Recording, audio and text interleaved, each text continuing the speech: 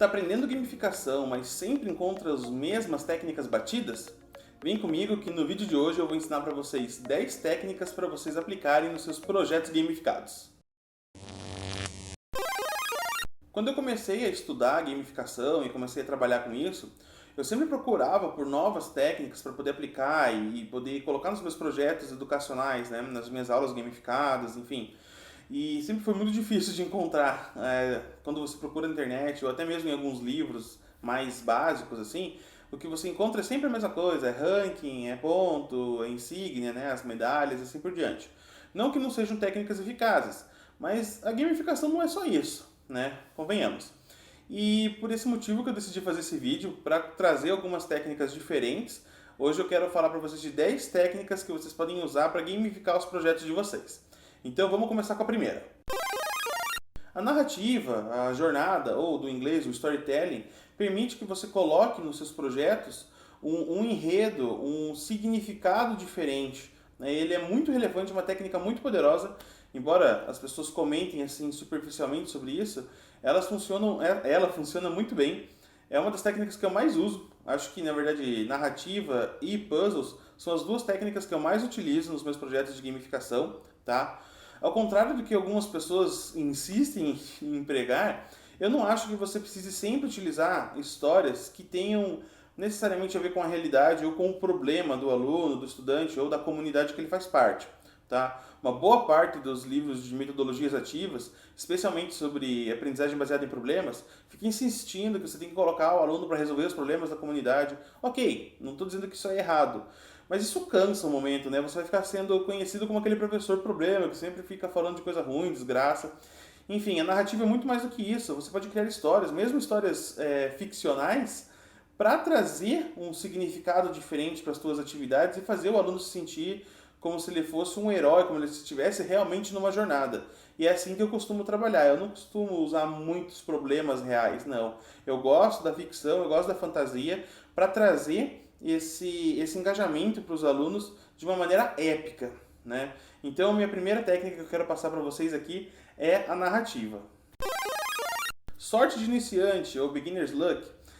Talvez eu acabe com uma ilusão que alguns de vocês tenham aí, principalmente o pessoal que gosta de jogos casuais. Quando você começa a jogar um joguinho novo e você manda muito bem nas primeiras fases, nas primeiras etapas, você sente que aquilo é para você. Na verdade, não é que você é muito bom, não. Aquilo é forjado, tá? Então, eles colocam de maneira propositada fases mais fáceis no início da jornada para você sentir que você realmente foi feito para aquilo. É isso que a gente chama de sorte de iniciante. Ah, acabei de começar e já estou ganhando. E isso acaba estimulando você a continuar jogando mesmo depois que você começa a perder e enfrentar pessoas de verdade. Na verdade, os jogadores que você vence no início geralmente são bots, não são jogadores reais, mas a gente não sabe disso. O jogo leva você a crer que você está vencendo de pessoas reais e que você manda muito bem nisso, que vale a pena você continuar investindo seu tempo no jogo. A gente pode pegar essa característica e trazer para projetos gamificados. Então você pode colocar no início de uma sequência didática algumas atividades que sejam mais simples. Claro, você tem que saber desenhar isso para o aluno não perceber que você está dando uma atividade ridícula para ele, mas que ele consiga realizar para ele se sentir mais estimulado ainda a continuar participando do processo dessa sequência didática. Então é um elemento diferente, uma técnica diferente que você pode acrescentar nas suas aulas. Criando do zero é uma técnica bem eficaz para a educação, principalmente para quem gosta de trabalhar com aprendizagem baseada em projetos. Quando você coloca o teu aluno para produzir algum material, produzir algum projeto, resolver algum problema do zero, especialmente se ele está sendo capaz de identificar o problema por ele mesmo, ele sente um senso de posse, de propriedade em cima daquela ideia muito maior. E quando ele tem esse tipo de sentimento, as chances dele ir atrás de mais conhecimento para fazer com que o projeto dele seja melhor é muito maior. Então, trabalhar com essa técnica aliado à aprendizagem baseada em projetos funciona muito bem em um projeto gamificado na educação. A gente tem a noção de que mentoria é só quando a gente pega um professor que já é formado, alguém assim especialista na área e vem fazer uma mentoria com a gente. Mas na verdade você pode usar esse conceito de mentoria entre alunos. Então você pega um aluno que tem ali um resultado um pouquinho melhor e coloca ele para ajudar um aluno, mentorar um aluno que não está tendo um resultado tão bom. Às vezes, e essa é a grande sacada dessa técnica, o aluno que está sendo mentorado, que está recebendo ajuda, acaba se dedicando muito mais, não para que ele consiga bater a meta, mas que ele consiga compensar o trabalho que o colega teve para ajudá-lo. Então, assim, obviamente você tem que desenhar isso de uma maneira certa, né? Se você colocar pessoas que não se gostam, isso não vai funcionar de jeito nenhum. Então, tem que pensar numa maneira para fazer com que esses alunos consigam trabalhar juntos. Uma metodologia ativa que usa bastante essa técnica é a peer instruction, né? A instrução por pares lá do professor Mazur. Então, ele coloca os alunos para se ajudarem, para discutirem, e assim ele vai criando esse senso de mentoria, esse senso de companheirismo, e aí atuando na influência social, né? Puxando lá pro Octalysis de novo. O 5 e o 6 eu vou falar ao mesmo tempo, que é a escolha, são as escolhas significativas, é um, e a percepção de escolhas é outro. Mas as duas funcionam com o mesmo princípio, que é a motivação que você sente ao perceber que é você que está escolhendo o caminho que você está seguindo, ou que você tem a possibilidade de escolher aquilo que você quer. Vamos começar da primeira, que são as escolhas significativas. Isso funciona quando você de fato dá a possibilidade de escolha para os seus alunos. Quando eu faço um projeto gamificado, eu costumo fazer várias trilhas de possibilidades que o aluno tem para percorrer para conseguir resolver o desafio que eu dou para eles. Então, um aluno que gosta de trabalhar de um jeito vai por um caminho, o aluno que gosta de trabalhar de outro jeito vai por outro caminho, mas todos os caminhos possibilitam que eles consigam resolver o problema. Isso é uma escolha significativa. O aluno realmente tem caminhos diferentes para seguir e ele pode percorrer o caminho que eles escolherem. Agora, a percepção de escolha, ela funciona você dando a noção para o aluno que ele está escolhendo, mas na verdade ele não está. Então você coloca uma opção A, B e C e as três levam para o mesmo lugar. Então ele está escolhendo ali, mas na verdade ele não sabe a resposta das outras letras que ele não escolheu, né? O caminho os outros caminhos, por assim dizer. Então ele está tendo a percepção de escolha, mas não está tendo uma escolha real. Um outro jeito de você fazer isso é você mudar a escolha que ele tem. Então vamos pegar um exemplo até na tua casa. Se você tem um filho pequeno que não gosta de tomar leite. Ao invés de você chegar para ele e falar assim, ó, você quer tomar leite? Você está dando a escolha para ele, ele vai falar não. E aí, né, você vai ter que ter um embate para ele beber o leite. Agora, ao invés de fazer essa pergunta, você pode falar assim, você quer tomar o leite no copo azul ou no copo vermelho? Ele está tendo a percepção de escolha, eu estou escolhendo o copo que eu quero tomar. Mas ele não está percebendo que, na verdade, a escolha ele não teve nenhum, porque ele vai beber o leite de qualquer maneira. Então é assim que funcionam essas duas. A percepção de escolha, ela é meio perigosa se a pessoa percebe que isso está acontecendo, que daí você perde completamente a motivação do aluno nesse processo. Então tem que tomar muito cuidado quando for usar, beleza? Na gamificação, existe um mantra que é o feedback instantâneo. Né? Isso funciona muito bem nos jogos. O jogador costuma fazer alguma ação ali, e já naquele momento ele recebe o feedback se aquela ação foi positiva ou não. E isso é bem interessante de puxar para a educação. Mas, em alguns casos, é possível você usar essas pausas torturantes para fazer com que o aluno fique pensando naquilo que você quer. Então, vamos pegar um exemplo aí de jogos casuais, tipo Candy Crush. Quando acaba as tuas energias lá, a tua vida, você não pode jogar. E várias vezes você fica entrando para ver se a vida chegou e você sabe conscientemente que não passou o horário necessário para você recuperar ali a energia e recuperar a vida. Mas você continua entrando para ver. Então esse é o efeito da pausa torturante. Eu costumo fazer isso com algumas atividades minhas. Eu não dou o resultado já imediatamente para eles, eu deixo um tempo. Principalmente se as aulas acontecem antes do recreio. Porque se eu deixo para dar resposta depois do recreio, o que eles ficam fazendo durante o intervalo? Conversando sobre atividade. E aí são mil teorias, e um querendo falar que o outro está certo, que o outro está errado, enfim. Então eu consigo proliferar o meu assunto, proliferar aí a minha atividade por muito mais tempo do que só o tempo que eu tenho disponível em sala de aula. Então também dá para utilizar essa técnica aí das pausas torturantes. Guildas, times, equipes, enfim, são abordagens que você tem nos jogos para trabalhar em equipes.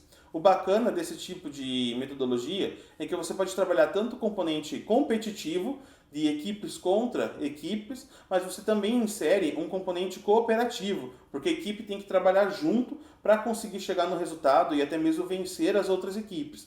Eu vou fazer um vídeo focado em metodologias ativas e gamificação, e essa técnica eu vou falar um pouquinho mais nesse vídeo, porque tem tudo a ver com Team-Based Learning, né? Aprendizagem baseada em times.